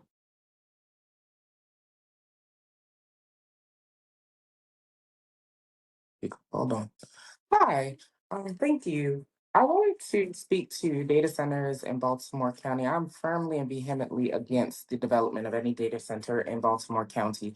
We are quite literally just clawing our way out of the COVID pandemic, like quite literally. Baltimore County is in a water drought. The United Nations has declared global water bankruptcy. We do not even have enough water to drink, much less bathe with, let alone for data centers to be able to come in and suck up gallons and millions of gallons at that of water that we so desperately need. The proposition for this particular data center would fall in Woodlawn, which is not that far away from my parents' home in Woodstock, also the neighborhood of our Councilman Julian Jones. I live in Owings Mills, so the idea that the harm would stay focused to Woodlawn is asinine at best. It is going to spread. We, again, are not that far off from COVID. COVID literally ravaged the respiratory systems of multiple Americans. And now we are talking about inputting a data center, which will lead to air pollution, which will also do what? Ravage respiratory systems. So we are actively poisoning ourselves via air, water, and land with data centers. I am all for technology and the advancement of technology, especially educationally. However, data centers of this size are used to power AI. We just witnessed earlier this year or late last year the use of AI in Baltimore County public schools, where a student was held at gunpoint by police officers due to an AI system that falsely detected a gun. I see zero benefit at this point in time for our particular community. And so I'm here to speak in favor of not doing it at all. And I think that our representation and our planning board should reflect what communities are saying. Thank you. Thank you very much. Next up is Patrick Roddy.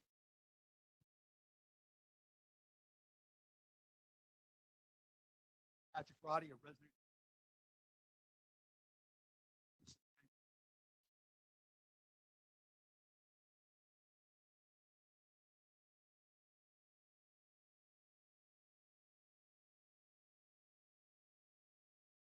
it's important that this board heed the call about the definition of data center. I think it's the most important thing that you can do, because I think there are a number of unintended consequences with the current language in the zoning regulations. And I think that needs to be changed so that we do not have an effect on the legacy operations of hospitals, universities, schools, businesses throughout Baltimore County by an application of an overbroad standard. Secondly, I think a lot has changed since the council passed Council Bill 326, and that is positions of hardened. The political reality in Baltimore County is that the electorate is speaking to you tonight, and they are saying, we don't want data centers in Baltimore County. I think that's a political reality that should be a context for your work, because you can do performance standards, you can do setback regulations, noise regulations, but if they're not going to be enacted by the county council because the political will of Baltimore County is not to have data centers, then I don't think you should be spending your time on that kind of effort, on a pattern book or any of the other things that professional planners would do. Thirdly, I have a word for those people who are interested in data centers in Baltimore County. The political arithmetic is clear. Baltimore County will not politically accept data centers. You've had several candidates today come to this podium and say they will oppose data centers if they are elected.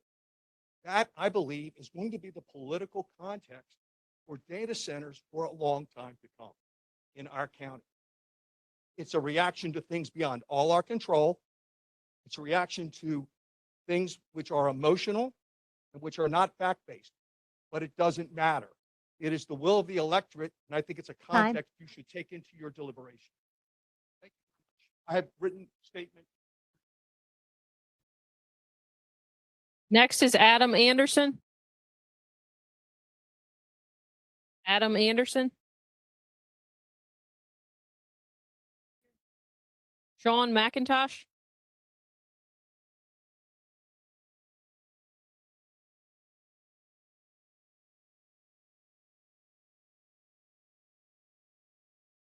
Good evening, members of the Planning Board. I am Sean McIntosh, a resident of Sparks, Maryland, an active member of the Tri-County Coalition Against MPRP, and a candidate for District 5 County Council.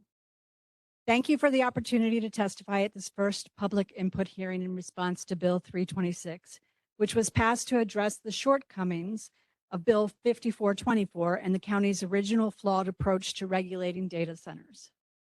Unfortunately, this process is already repeating some of the same mistakes that led us here in the first place, particularly the lack of meaningful community engagement before major decisions are made. This hearing is currently the first and only scheduled opportunity for public input while the Planning Board develops its report and recommendations. I understand there may be additional meetings after the report is drafted, but that is not the same as involving the public in the process itself. Asking residents to react to a completed report is not meaningful engagement. The community should be involved while the research is being conducted, while options are being evaluated, and while recommendations are being shaped. Baltimore County residents deserve more than the bare minimum required by the bill, because the stakes here are enormous. Baltimore County does not have the land, water, or electrical infrastructure necessary to support hyperscale data center expansion at the scale currently being proposed and speculated across Maryland. And residents are already feeling the impacts. Energy producers would like the public to believe rising energy costs are simply the result of long-standing market factors. But many of those same conditions existed before electricity prices began rising so dramatically. What has changed is the explosive growth of data centers outside Maryland and the speculative push to build more here, driving unprecedented electricity demand and massive transmission infrastructure expansion. I ask the Planning Board have an opportunity to step back and ask a bigger question, not simply how to accommodate hyperscale data centers, but whether they are truly compatible with Baltimore County's long-term environmental, infrastructure, fiscal, and land use goals. Thank you. Next is William Barrios.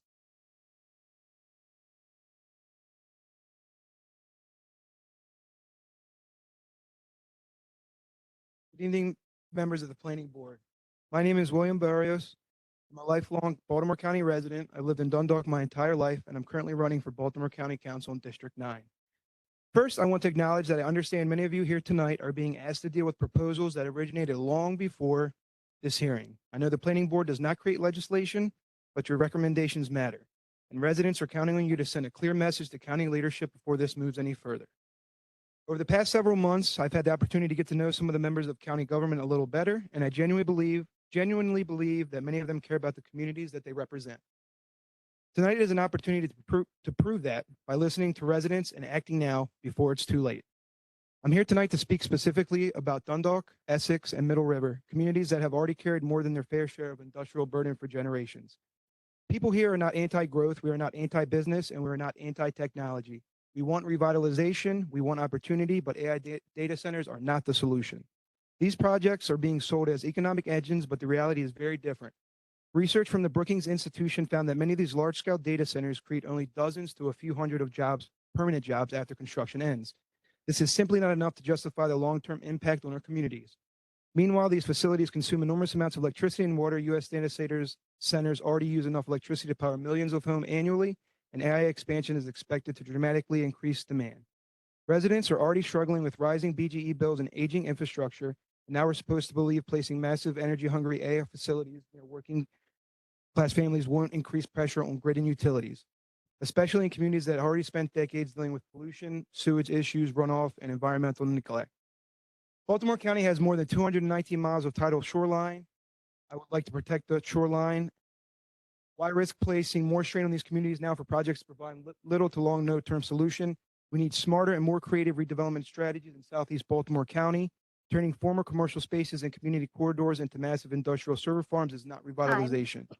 Tonight, I'm asking the board to send a clear recommendation into exposing the data centers into Baltimore County, and I'm urging the council to introduce legislation modeled after Harford County's proposed ban. I have my written submission, so a proposed bill. Next is Gretchen Sisk, who I believe is virtual.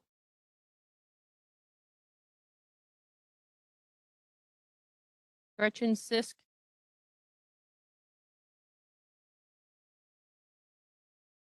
Okay, next one is Ryan Ambrose.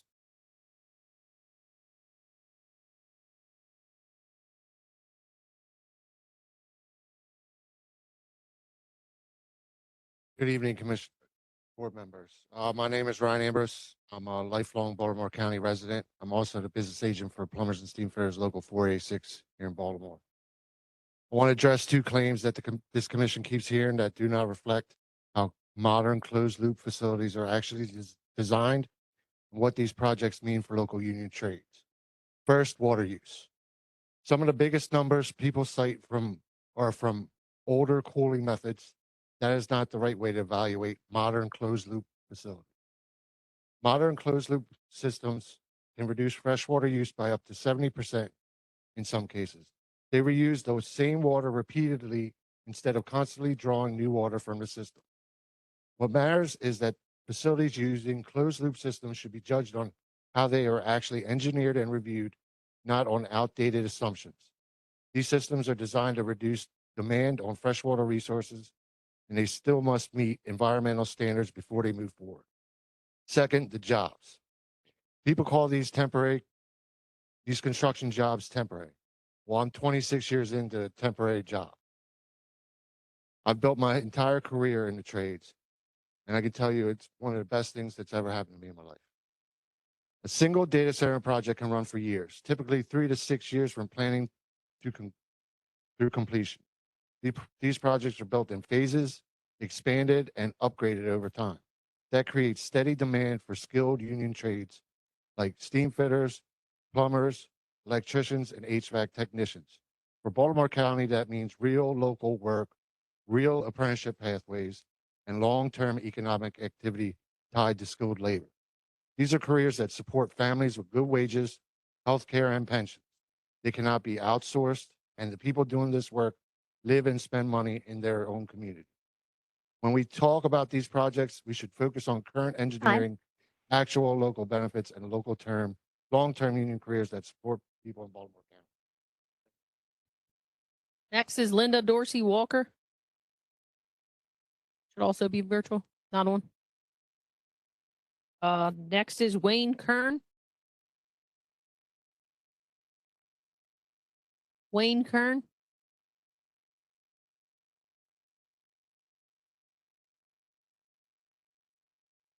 Wayne Kern, virtual.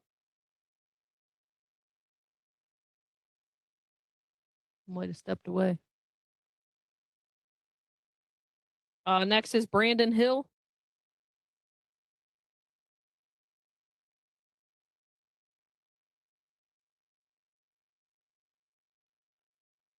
Hyperscale data center compounds have large reaching negative effects well past the area they're directly located. It's important to look at what a hyperscale data center compound means holistically. With hyperscale data centers come transmission lines, pipelines, any number of highly polluting generation facilities such as methane gas plants, fiber optic lines, and massive water-hungry cooling systems. All of these can be classified as AI infrastructure projects. The size, scale, speed, and carelessness at which these infrastructure projects are being proposed and constructed are unprecedented and frankly horrifying. Ill-conceived AI infrastructure projects that put profit over people, quality of life, fresh air, clean water, a reliable grid for the citizens, and even the technology itself are the single biggest threat facing humanity right now. With my short time, I'll be focusing on the transmission side of things. In the 13-state PJM grid region, there have been 57 new greenfield transmission line projects proposed in the last 2 years.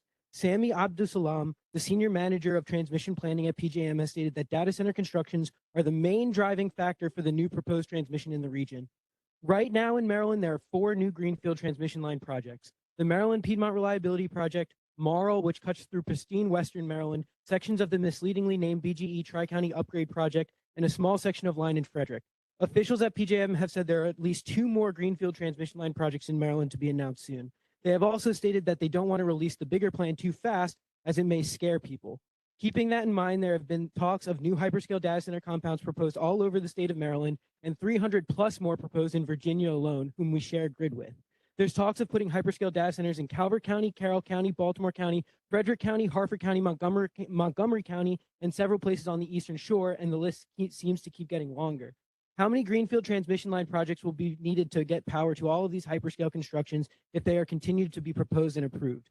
The reality is what is being proposed right now is unrealistic and very irresponsible. I hope this board and the council fully take the time to research and gain a deep understanding of the situation before making any rash decisions. Finally, I ask you to please make the right choice and stand with your constituents, the citizens of Baltimore County, and not with the industry money. Thank you. Next is Tamara Gunther.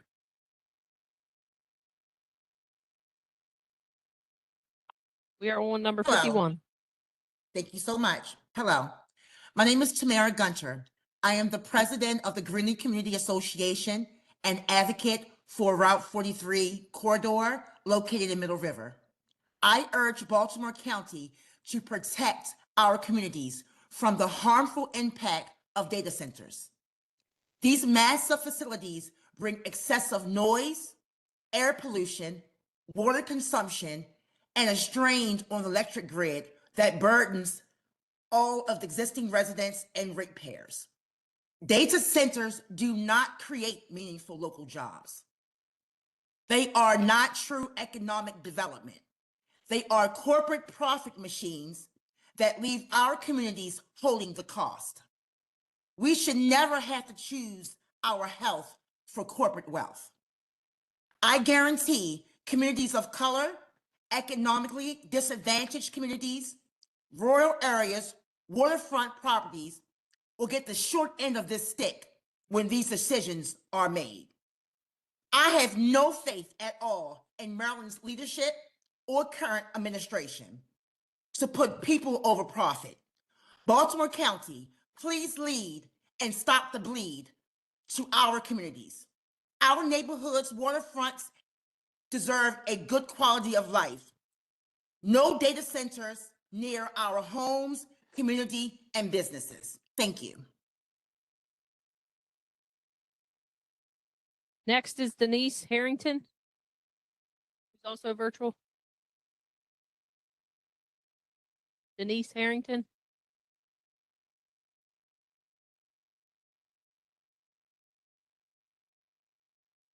Denise Harrington.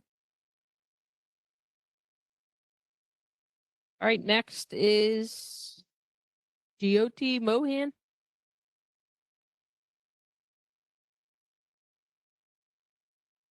Okay, next is Paul Dongera.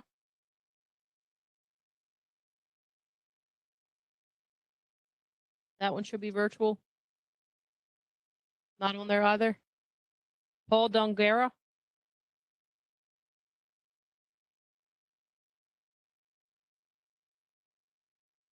No. Okay, and then Casey Watts.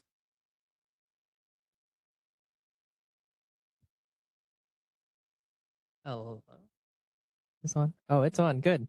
Hello, I'm Casey Watts. I'm a resident in Arbutus. I appreciate the deep thought and work you all are putting into this process. I've read the slides. I was reviewing all of that, and I agree with what the people here are saying. I'm glad we have this session. My perspective, I've been working in tech for 15 years, and I'm a strategic consultant.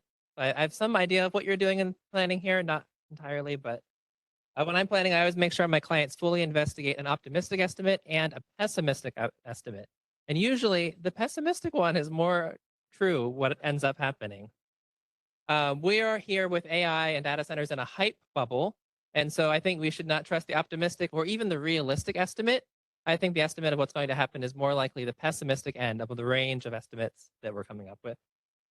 When the AI hype bubble pops eventually, like crypto did recently, thank goodness, rest in peace, we in Baltimore County do not want to be caught with the cost and pain of the data centers. What if the companies that are supporting them go under? What if the investors decide to harvest profits? For example, the tax revenue is not guaranteed if things change under us. So in this environment, please plan pessimistically is my request. But economic impact shouldn't be the main thing here either. People don't want data centers for many reasons. We heard about that all night here.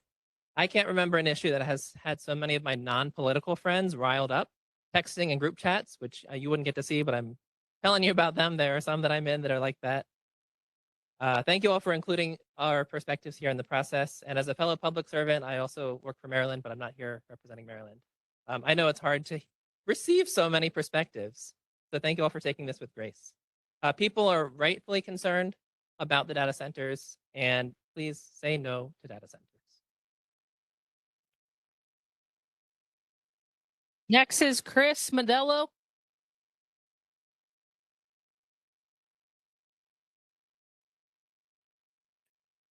My name is Chris Modello. I'm with the United Association. I represent 7 local unions through the states of Maryland, DC, Virginia, and Delaware for plumbers, pipe fitters, sprinkler fitters, and HVAC service technicians. In my experience, the data center industry is definitely not a new industry. And, over time, the data center industry the construction has evolved in the industry, and it's changed quite considerably over the last 30 years. A lot of the bad data centers in the beginning, a lot of the environmental impacts have been mitigated through construction. Just talking about the cooling systems, which is a big part of our industry, we've seen that change quite considerably to where Mr. Ambrose mentioned closed loop cooling systems use far less water. We've also watched in Northern Virginia where a lot of the guardrails have been put up there have made the data centers really across the country and especially there far more efficient with water and energy use, and mitigated the environmental risks such as emissions off of backup generators through SCR systems, and now and also put up sound barriers to eliminate noise pollution. I think that everybody in here is going to have an opinion about something one way or another walking into the room. And it's important for everyone to think about the real things that are there that you can actually see and touch. And I'm not speaking from something I saw on social media that was run through a data center that I needed to, or something I looked up on Google that is actually AI, and we've been using that for a long time. I'm saying from firsthand knowledge, I have seen the impact that the data centers can have in a positive way to a community. You take a look at a county like Northern Virginia, like Loudoun County, Virginia. I know this isn't your job, it's more the council's job, but you have a budget to meet. There's only 2 ways to meet that budget. You bring in revenue outside, or you have the residents pay for that budget. The residents of Loudoun County the data center industry has given them so much tax revenue that the residents of Loudoun County have seen their property taxes decrease for 10 years in a row. And the data center industry has changed to meet their concerns and it will here if you do approve the project. So I thank you. I think it's important to do a study, and I appreciate your time. Next up is Cynthia Dagdault. I am a mother. I had to pay a sitter $100 to attend a hearing scheduled during bedtime. So I will tell you a bedtime story instead. I have two boys, 2 and 5. They both tested very high for lead poisoning, exposed by the Baltimore County water that comes into our house through lead pipes. They will have lifelong health effects and brain damage from that exposure. It makes me so sad to think that their environment was toxic and I couldn't keep them safe. But what makes me angry is that my children were only exposed to lead because 70 years ago, in a room just like this, with people just like you, they chose to put corporate interests ahead of the health of our children. Europe banned lead in 1930. Baltimore tried to ban lead in 1950. But thanks to the aggressive lobbying of Big Chem, a group just like you allowed the use of lead in Baltimore for another 30 years. And children like mine are still being poisoned as a result today. Deja vu. As with lead, we already know through countless studies that data centers are toxic, polluting land, air, and water. And yet again, a very small group of corporations and investors are taking quick payouts at the expense of our future health and wealth. Decisions affecting the many should not be in the hands of the few, but should be subject to public debate and vote. And now you, our elected officials, have the responsibility to act according to the will and interest of your constituents. To remember the children 50 years hence, your grandchildren, your children, who will be poisoned by these centers, and to follow your citizens, the majority of whom, as tonight, are saying to you very loudly, we do not want these data centers.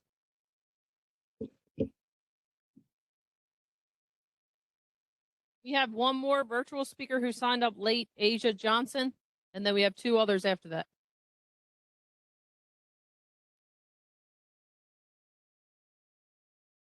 ASA Johnson.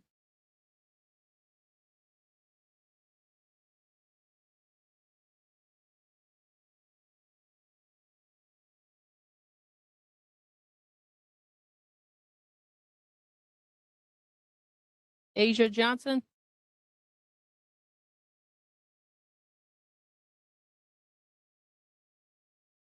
Can you unmute it? Try to unmute it.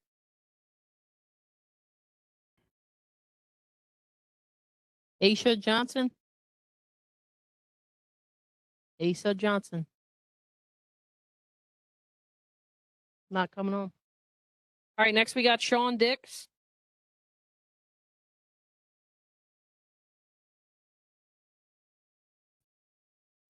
Fellow Marylanders.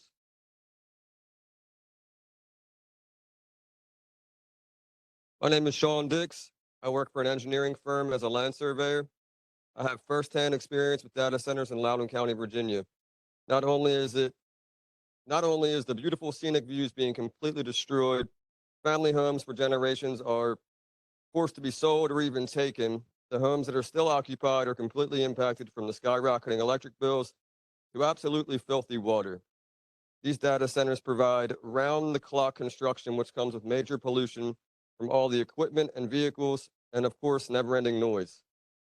I have seen animals feet away from me searching for homes that have been destroyed or water they used to drink from ponds lost to data center facilities. I've seen animals trapped inside the miles and miles of fencing with barbed wire only to be left completely helpless and stranded. We as the people in Maryland have a huge decision to make that could have serious impact in our state between our board members getting a few extra dollars in the bank account and the taxpayers feeling the impact or taking a stand to stop these useless data centers from entering our beautiful state. It will not just be one data center. Once approval starts, they will turn us into Virginia by building more and more and more and taking our scenic byways and turning them into money-sucking data centers. Thank you, guys.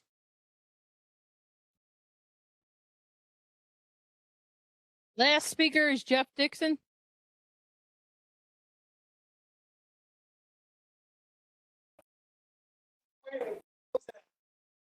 I've been waiting to do this. I'm like, y'all.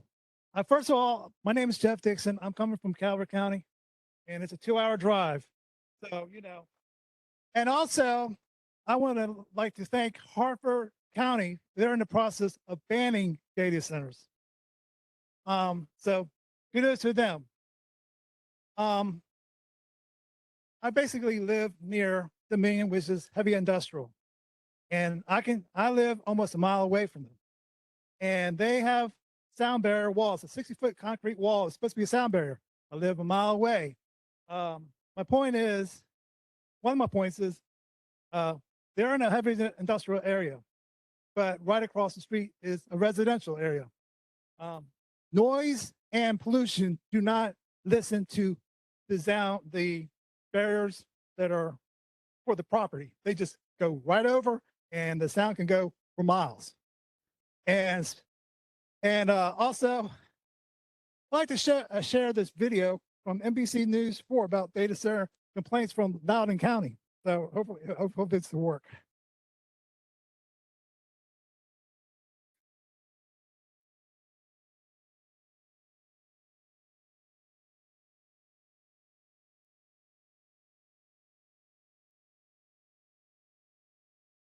This is something you could email and share with us.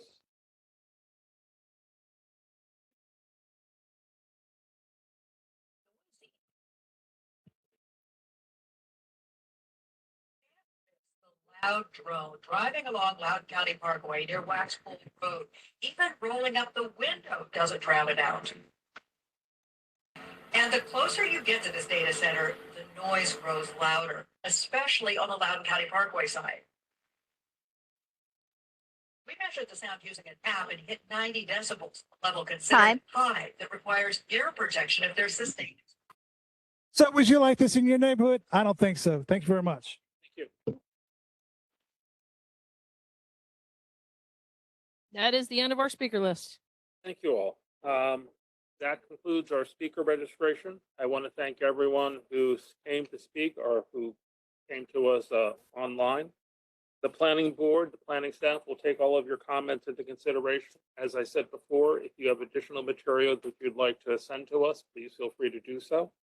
Are there any further questions or any questions, comments from the board? If there are no further questions, this concludes our public input meeting. Our next planning board meeting will be on June 4th, 2026. That meeting will be virtual. Do I have a motion to adjourn? Second? Second. All those who approve? Aye. Thank you very much. See you in a couple of weeks.